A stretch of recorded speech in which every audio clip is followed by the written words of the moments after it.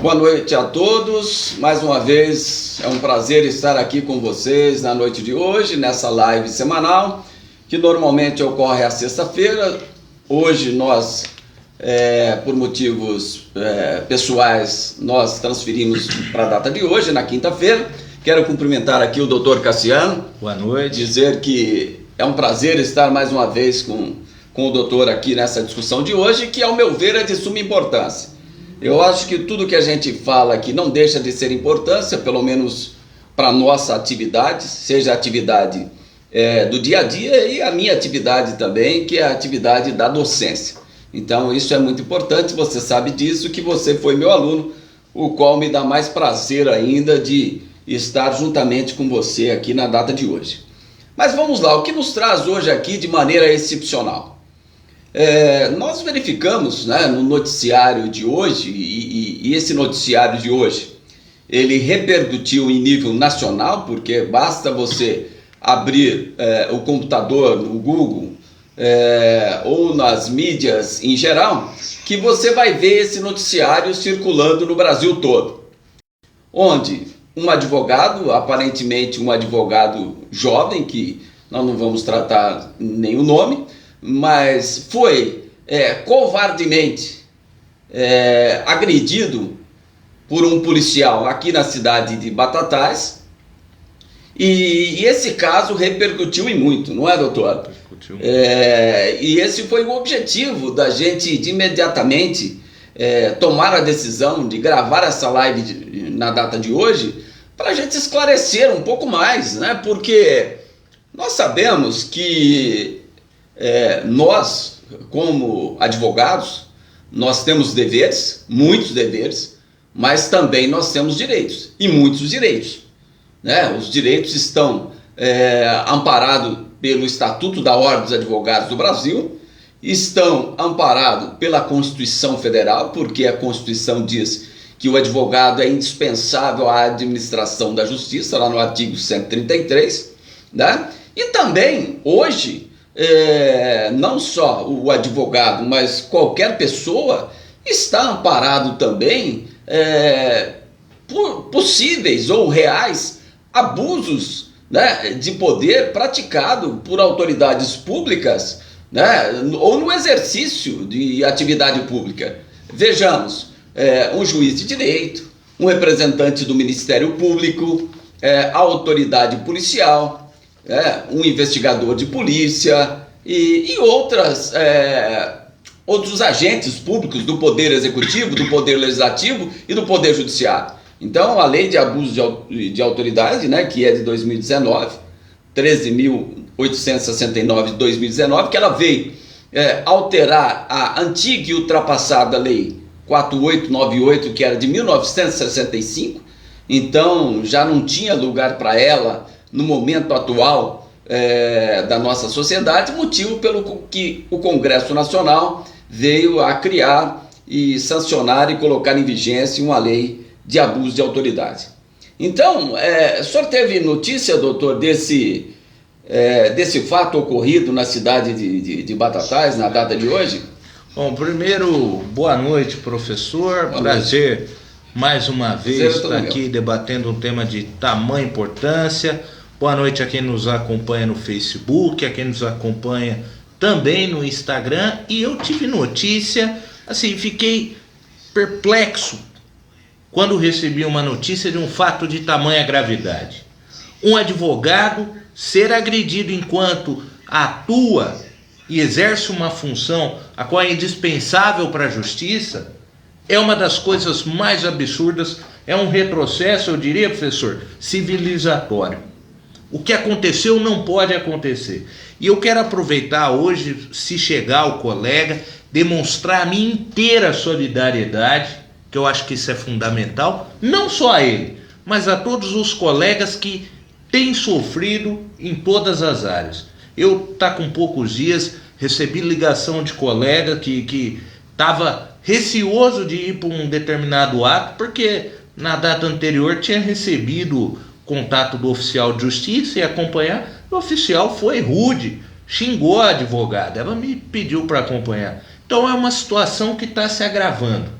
E nós, advogados, precisamos primeiro debater e depois tomar atitudes, porque isso que aconteceu, olha, é inaceitável.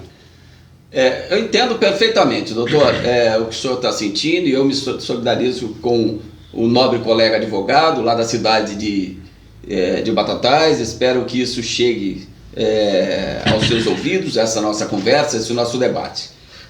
Antes de eu adentrar no mérito dessa questão, nós temos que deixar bem claro que é direito do advogado, e não só do advogado, como seu constituinte, de acompanhar o seu cliente em todas as diligências, em todos os atos extrajudiciais, ou seja, em delegacias de polícia. Tá? Mas não tem o contraditório em inquérito policial, ou seja, o advogado é necessário e obrigatório só no Poder Judiciário, sob pena de nulidade? Em tese sim, né? Porque aqui não tem o contraditório. Mas o advogado tem o direito constitucional, direito infraconstitucional de acompanhar seu constituinte em todos os atos extrajudiciais? Sim, ele tem o direito. E o seu constituinte, se quiser contratar um advogado para acompanhá-lo em todos os atos a ser realizados numa delegacia de polícia, num auto de prisão em flagrante, ele tem o direito? Sim, a Constituição garante que a prisão, quando efetuada em flagrante, será imediatamente comunicada aos seus familiares e ao seu advogado, se ele o tiver, ou o direito de contactar com o advogado. Então, isso é um direito constitucional, tá? Quem exerce esse direito está visando o quê? O cumprimento da lei, que a lei seja cumprida. Porque vamos imaginar o seguinte: qual é o problema para a autoridade policial que está efetuando uma prisão em flagrante ou que está conduzindo o inquérito, que a pessoa que foi intimada, seja ela testemunha, seja ela investigada ou intimado, esteja acompanhado do advogado? Qual que é o problema para a autoridade policial se ela está trabalhando de acordo com a lei? Muito pelo contrário. O delegado deveria não. O advogado é muito bem-vindo. Por quê? Ele vai estar como testemunha que não foi feito nada de errado. Vai convalidar. Sim, vai convalidar todos os atos que foram praticados.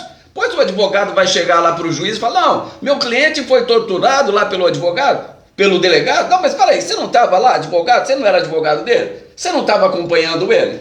Então, para o delegado que trabalha sério, para os agentes que trabalham sério, é imprescindível e muito melhor para a atuação da autoridade se o investigado, o preso, estiver acompanhado de advogado. Isso vai legitimar qualquer alegação de abuso ou ilegalidade no seu comportamento. Isso é muito importante. E às vezes a gente vê o contrário. É delegado dificultando o trabalho do advogado, é delegado dificultando o trabalho do seu constituinte, porque ele também tem direito e tem que ser respeitado.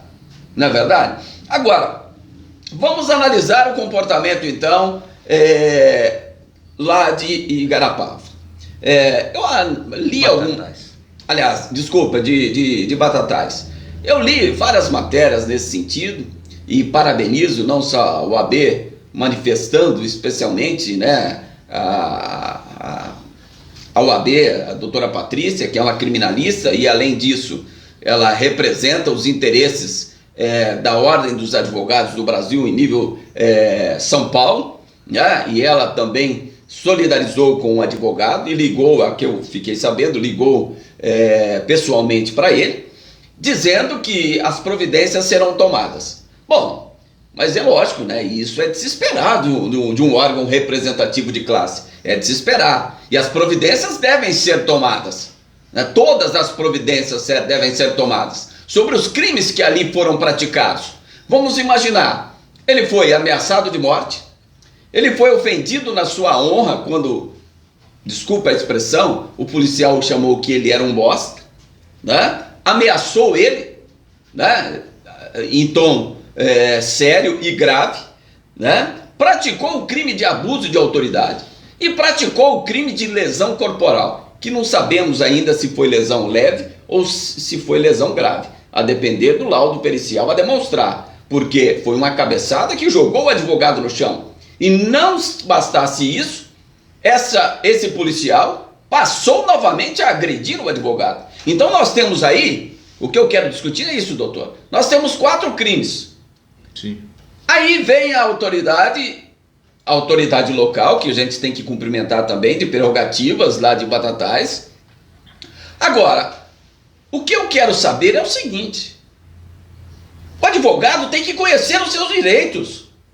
A partir do momento que ele sofreu essa consequência, o que eu quero explicar para vocês, advogados que nos acompanham, estudantes de direito que nos acompanham, o advogado imediatamente deveria ter dado voz de prisão para o policial. Essa é a providência imediata que deveria ter sido praticada naquele exato momento. Você apurar depois é uma coisa. Agora, por que não dar voz de prisão? Porque não se trata de crime de menor potencial ofensivo. Porque se você somar todas as penas dos crimes que nós elencamos praticado pelo policial, sai da esfera do juizado. Então esse policial deveria ter sido preso em flagrante delito. O advogado deveria ter mantido a voz de prisão, acionado a Polícia Militar, a Corregedoria da Polícia Militar, a Corregedoria da Polícia Civil, e esse policial ter sido preso imediatamente em flagrante delito. Sim. Os crimes são afiançáveis? Sim. Se são afiançáveis, ele poderia arbitrar a fiança à autoridade policial, aí falando do delegado de polícia, que se assim não fez, em tese, pode até cometer um crime de prevaricação, por ter deixado de agir um ato de ofício por interesse ou sentimento pessoal. Eu não sei se isso ocorreu, estou falando em tese, não estou a acusar ninguém, mas a partir do momento que a autoridade policial é relatada de uns fatos que acabaram de ocorrer, e os fatos são 4 crimes: ameaça, o crime contra a honra, o crime de lesão corporal e o crime de abuso de autoridade. Se ele somente registrou uma ocorrência policial, um boletim de ocorrência, para depois apurar em sede de inquérito policial, está absolutamente equivocado, porque era o caso de prisão em flagrante. Se não foi dado voz de prisão pelo advogado por faltar o conhecimento ou por ser inexperiente, estar no início da profissão, a autoridade policial deveria, de ofício, ter dado voz de prisão. Por quê? O crime contra a honra, é lógico que deveria ser ratificado, e o crime de ameaça também deveria ter sido ratificado pelo advogado, porque são ações penais diferentes. Já o crime de abuso de autoridade e o crime de lesão corporal, se constatado uma lesão corporal de natureza grave, o delegado deveria agir de ofício e ter determinado a prisão em flagrante. E assim não o fez. Sim. Então, essas observações eu queria pontuar. Porque isso é muito importante para quem está começando a advocacia. Quando você sai para a advocacia criminal, você tem que estar preparado para tudo. Por quê? A sociedade vai estar discriminando você. A polícia vai estar discriminando você, que você está lá para soltar bandido. A sociedade está dizendo que você está lá para soltar bandido. O Ministério Público, muitas vezes punitivista, também repele o advogado. E a depender do juiz, se ele não aplicar corretamente a lei, ele também, de certa forma, estará discriminando até mesmo o direito de defesa, que é um direito sagrado daquele acusado, aquele investigado da prática de um crime. Então, o que eu quero dizer? O advogado que vai se aventurar e se vai se habilitar, se aventurar não, porque seria uma aventura se ele agisse desta forma, mas se vai se habilitar ao exercício da advocacia criminal, ele tem que ter, em primeiro lugar, o telefone da corregedoria da qual o local onde ele trabalha. Tem a corregedoria em Ribeirão Preto, ele tem que ter o telefone no bolso. O telefone da corregedoria no bolso. Corregedoria da Polícia Militar, ele tem que ter no bolso o telefone da corregedoria da Polícia Militar. Corregedoria do Ministério Público no âmbito estadual, no âmbito regional, ele tem que estar no bolso o telefone da corregedoria. O telefone da corregedoria do Tribunal de Justiça do Estado no qual ele milita, ele tem que ter no bolso todos esses telefones. Por quê? A prerrogativa não socorre. A prerrogativa, a comissão de prerrogativa da Ordem dos Advogados do OAB, quando eu precisei uma única vez, eu fui bem socorrido na época que eu precisei. Depois posso até explicar o porquê, tá? Que eu precisei. Mas isso só é pouco, tá? Porque você tem que agir na hora. Você agir depois com desagravo, com acompanhamento do processo, isso é muito pouco perto daquilo que o advogado sofrera. Imagine no outro dia, amanhã, hoje, como está a cabeça desse advogado, vendo todos esses vídeos sendo explorados na mídia, ele sendo humilhado, sendo derrubado no chão, sendo aviltado, sendo chutado, sendo agredido. E o policial vai na delegacia, assina um boletim de ocorrência e vai embora para casa? Vocês acham isso normal? Não! O advogado deveria ter dado voz de prisão por abuso de autoridade. A lei de abuso de autoridade, ela foi criada para que os agentes públicos possam agir com probidade, com respeito, seja ao particular, principalmente que aquele que é aliado ao Ministério Público, aliado ao Poder Judiciário, que é o órgão jurisdicional, o Estado juiz, não tem nenhuma hierarquia, que dirá com a autoridade policial, que desempenha somente a função de descobrir quem foi o autor do crime e se o crime existiu. Não existe nenhuma hierarquia entre as partes. Por que o advogado sempre sai prejudicado nessa história? Porque às vezes falta conhecimento do profissional, que ele tem que agir no momento que ele está sofrendo o abuso de autoridade. Não ter medo. Decreta a prisão, insiste na prisão, liga em todas as corregedorias possíveis e você vai ver o efeito surtindo, porque o advogado, se o delegado não tomar a providência, ele vai prevaricar. Se o tenente que comanda aquela corporação da polícia militar, os quais os policiais militares te agrediram, te aviltaram, ele também será conivente e poderá responder por prevaricação. Então, é nesse sentido, doutor, que eu fico até exaltado de ver tanta arbitrariedade nos dias atuais. E o senhor fique à vontade para comentar aí outros casos, para que a gente possa também abordar nesse sentido e o que vem acontecendo no nosso país aí, que a gente verifica no dia a dia. O Arthur Castro também comentou aqui, mandar um abraço, já vou comentar. Mas eu queria fazer uma ponderação só antes, um comentário breve, porque eu vi o vídeo, e no vídeo do que aconteceu em Batatais, professor, tinha o policial civil, o parceiro dele que tenta apaziguar, porque o parceiro dele não agride, mas ele tá lá, estava cumprindo, e tinha, salvo engano, 2 viaturas da Guarda Municipal. A lei que dá o direito ao advogado de dar a voz de prisão, isso o senhor me ensinou na faculdade. Não só advogado, não, qualquer pessoa. Qualquer pessoa. No flagrante delito, ela dá esse poder ao advogado. Ele poderia. Mas eu até entendo que na situação que ele estava desnorteado, foi uma pancada forte. Sim. E poderia ter sido mais grave. Mas tinha guarda civil, policiais civis. Esses não podem dar a voz de prisão. Esses devem dar a voz de prisão. Então eles tinham que... é o parceiro, é da mesma corporação, mas tudo bem, o senhor está preso, o senhor cometeu um crime aqui.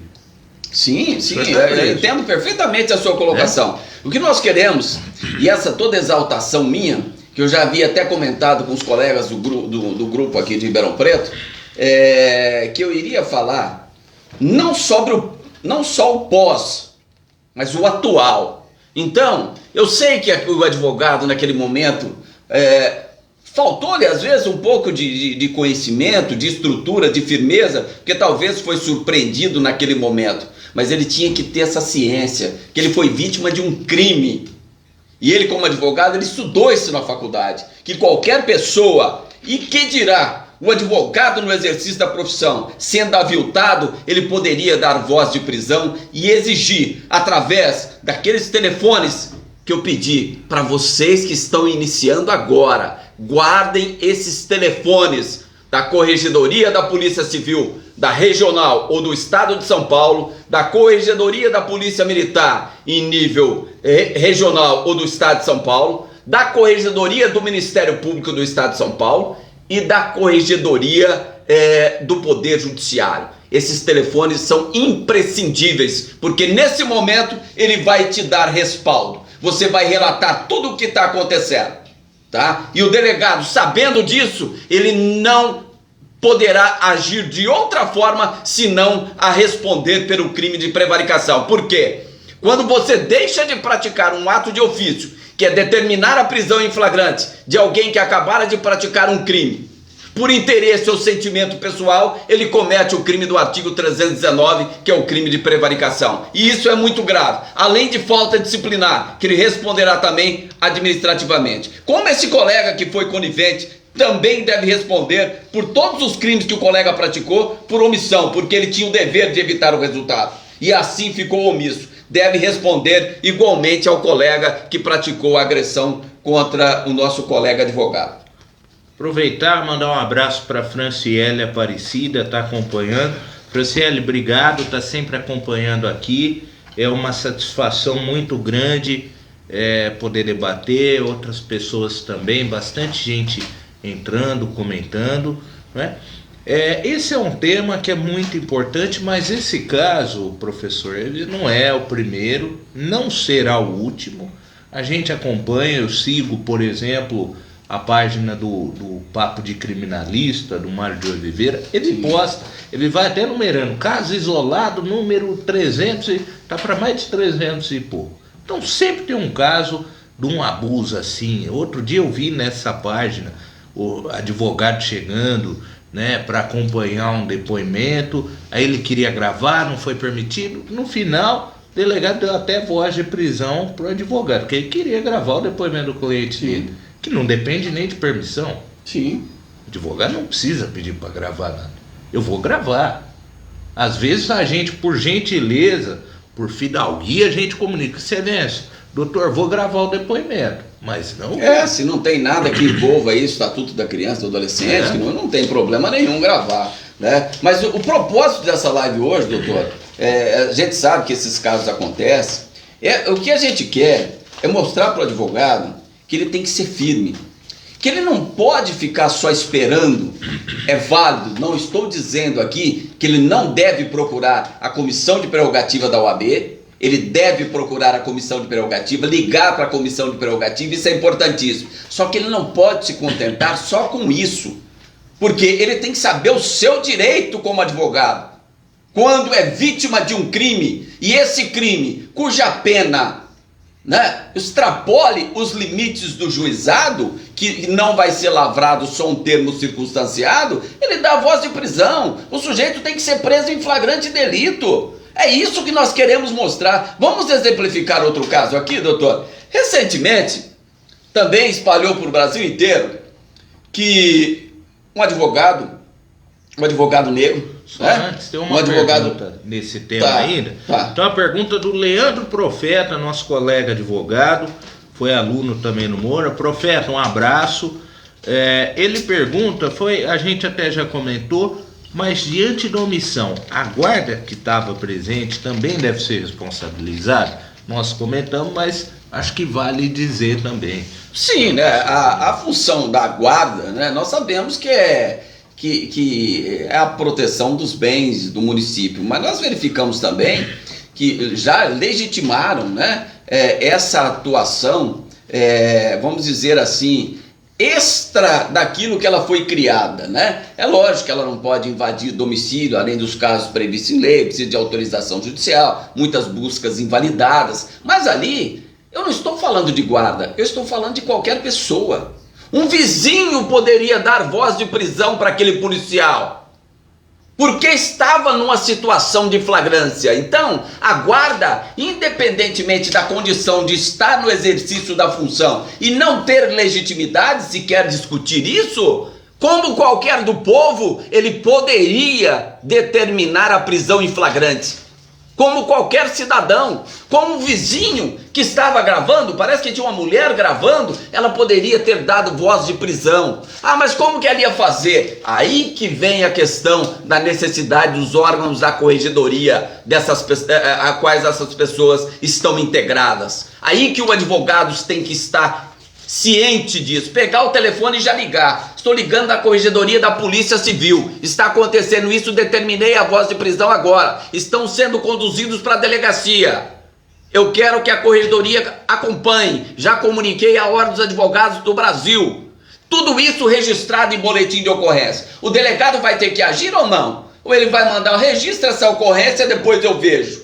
Não, ele vai ter que determinar a voz de prisão, ratificá-la. ou não, aliás, a voz que foi dada, se ele entender que não é caso de flagrante ou não caracteriza crime de menor potencial ofensivo, lógico que ele não está obrigado, vai determinar a lavratura do termo circunstanciado. Mas se for caso de flagrante, ele é obrigado a dar voz de prisão em flagrante delito. Tá? Então, a gente vamos adentrar naquele caso, doutor, e aí a gente responde as perguntas também na sequência. Mandar um abraço só antes para Rosana, tá acompanhando, um prazer, a Ana. Ana perguntou dos telefones, ao final a gente pode colocar, né, de telefones úteis, né? Sim. Ao final nós vamos colocar. Bom, tocando bonde, professor. Vamos lá, você teve ciência, como eu tive, e vários dos colegas teve, que isso foi comentado e divulgado no Brasil inteiro. Tribunal do Júri, qual nós temos aí um pouco de experiência nesta área, né? No Tribunal do Júri, realizando o júri, o juiz presidindo o júri,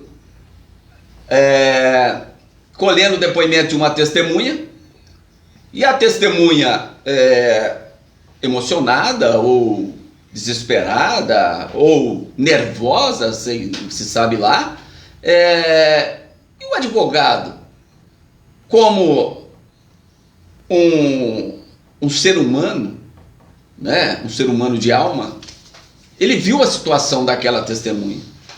Ele falou: eu vou levar uma água para aquela testemunha. E levou um copo d'água para a testemunha. E o juiz, de tamanha falta de educação para com o advogado, insensibilidade para com a testemunha, simplesmente, ao final de uma breve discussão, ele determinou que 2 policiais retirassem o advogado do plenário do Tribunal do Júri, porque o advogado levou uma água para uma testemunha que estava abalada emocionalmente. Eu pergunto a vocês, isso é abuso de autoridade ou não é abuso de autoridade? É abuso de autoridade ou não é? O juiz não é Deus. O juiz está presidindo uma audiência.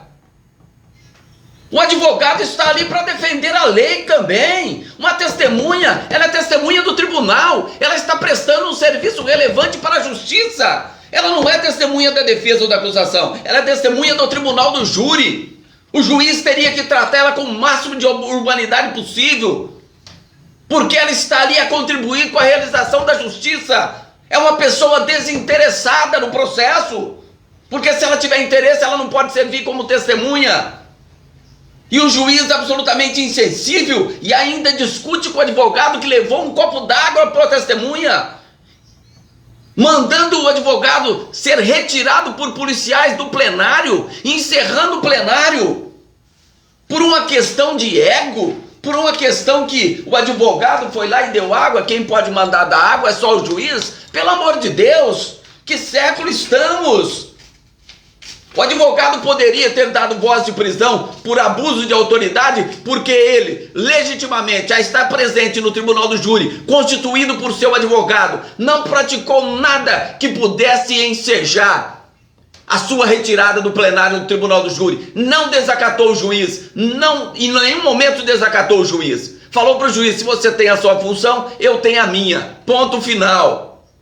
Poderia ter dado voz de prisão para o juiz? Sim, poderia. Mas quem ia prender o juiz? Não me interessa.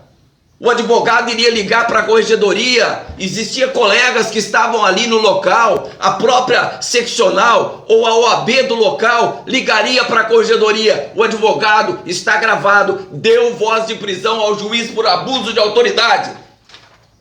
Por que o juiz é mais que o advogado? Se não há hierarquia entre as partes, por que o promotor é mais que o advogado? Certa ocasião, o promotor, por quê? Ele chamou o cliente, o réu, de bandido. O advogado não gostou, e não é de gostar mesmo, porque o promotor, aquele que é o titular da acusação, tem que tratar o réu com urbanidade, ainda que ele tenha cometido um crime de tamanha gravidade. O Estado não admite que ele maltrate o réu. Ele chamou o réu de bandido, o advogado contestou, ele deu um tapa no rosto do advogado. Olha que ponto que chegamos. Quem é o promotor num processo a não ser, além de parte ali dentro do tribunal? Ele é mais que o advogado? Ele pode te dar voz de prisão e você não pode dar voz de prisão? Por quê? Se você é essencial à administração da justiça, sem você no tribunal do júri, o júri não iria estar sendo realizado. Então é necessário que os advogados tenham mais coragem. Primeiro conhecimento e depois coragem. Coragem de assumir tudo aquilo que faz, mas não deixar que isso continue ocorrendo. Que juízes continuam maltratando advogados, que promotores continuam maltratando advogados, que policiais, que sequer podemos chamar de autoridades. Porque esse que ofendeu, esse que agrediu o colega lá de Batatais não é autoridade, não. Ele é investigador de polícia. A autoridade é só o delegado de polícia. Destratar o advogado, ofender o advogado, agredir o advogado daquela forma, que estava ali exercendo a sua profissão. Por quê? Ele acompanhou a diligência onde a polícia queria entrar na casa de seu cliente sem um mandato judicial. E provavelmente não sentia fundada suspeita ou fundadas razões que autorizasse a violação de domicílio independente de autorização. No caso de desastre ou no caso de iminente flagrante ali, o crime que está sendo praticado ou ocorrido ali naquele domicílio ou residência. Porque se tivesse, teriam feito. E assim não fez. E o advogado estava lá defendendo esta prerrogativa, que é uma prerrogativa constitucional da inviolabilidade de domicílio. Então é nesse sentido que eu estou até exaltado, vocês me desculpem essa exaltação, é que eu estou aqui na defesa dos advogados criminalistas, que nós temos que ser mais ágeis, não podemos ser mal educados, não é isso, não podemos ser deselegantes, mas jamais poderíamos aceitar qualquer distrato, qualquer maltratação e qualquer crime praticado contra a nossa pessoa, seja no exercício da função ou fora dela, e aceitar que isso ocorre e ficamos de bocas caladas, porque nós conhecemos o direito, nós estudamos para isso. Se nós conhecemos o direito, nós temos que exercer esse direito. Doutor Cassiano, com a palavra. Mandar primeiro um abraço para o Ronaldo Meneghetti, que está acompanhando. Ronaldo, um abraço. Stephanie Cristina, obrigado. Vanessa Amorim comentou que foi humilhante. Realmente, Vanessa, foi uma das coisas mais constrangedoras que eu vi o que aconteceu em Batatais. Andrew Araújo, meu amigo, um abraço, Andrew. Marília comentou que já existe uma tentativa de abafar o caso em Batatais. Mas o caso é o seguinte, desse caso do júri, eu já acompanhei um caso que o juiz, eu acho que tudo começa o juiz no júri, que é um tema que para nós, em particular, é muito caro, o juiz entender qual é o papel dele no júri. Ali o juiz ele nem sequer tem o poder de decidir se o acusado é culpado ou inocente. Ele não é o juiz ali da causa, o juiz é o jurado. Ele está ali para presidir e muitos às vezes não entendem, ele quer ter o protagonismo, que é o que aconteceu nesse caso. Agora a indagação que eu faço, eu outro dia adotei uma tese, até pode-se questionar uma linha, uma postura de abandonar um plenário em Arujá. A juíza me aplicou uma multa, determinou que eu pagasse as custas do plenário, embora sem previsão legal, até a OAB está discutindo a questão, já está no STJ, né? Determinou que eu pagasse. Esse juiz que deu causa, sem fundamento algum, para encerrar esse plenário, porque ele tirou um advogado, sem o advogado, júri não pode acontecer.